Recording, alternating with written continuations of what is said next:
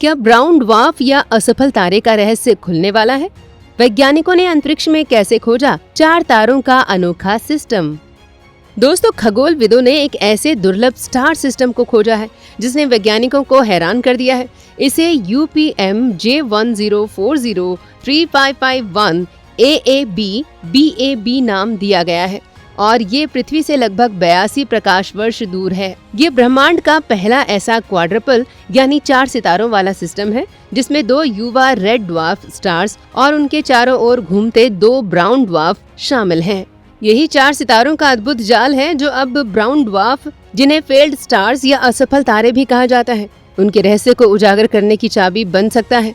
Video में अंतरिक्ष में खोजे गए इस सिस्टम के बारे में बेहद हैरान करने वाली जानकारी आपको देंगे। वीडियो को अंत तक जरूर देखिएगा।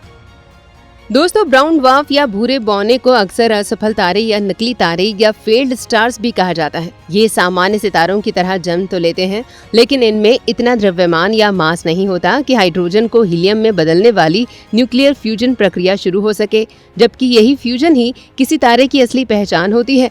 इसलिए ब्राउन ड्वार्फ या असफल तारों को सितारों और ग्रहों के बीच का रहस्यमयी खगोलीय पिंड माना जाता है।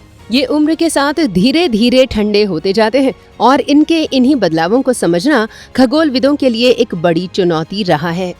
दोस्तों, हाल ही में ESA के GAIA स्पेसक्राफ्ट और नासा के वाइस मिशन ने अंतरिक्ष में एक ऐसा स्टार सिस्टम खोजा है जिससे इन ब्राउन ड्वार्फ या असफल तारों के बारे में महत्वपूर्ण जानकारियां मिल सकती हैं।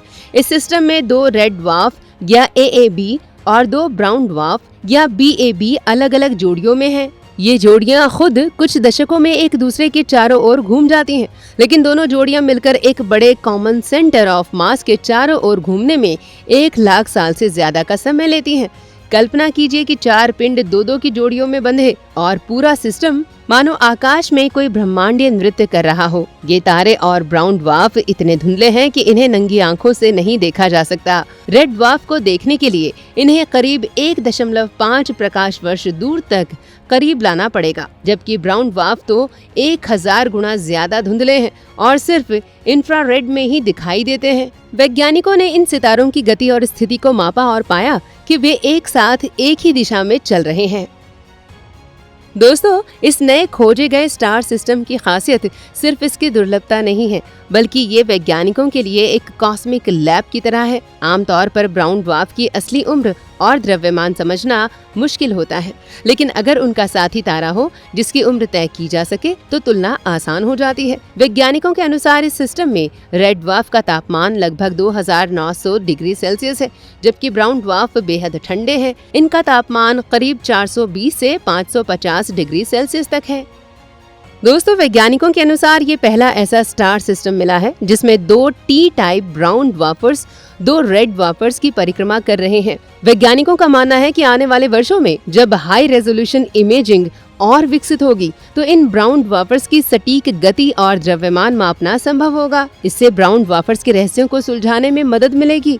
शोधकर्ताओं का कहना है कि ये सिस्टम एक साथ एज बेंचमार्क और मास बेंचमार्क दोनों की तरह काम कर सकता है।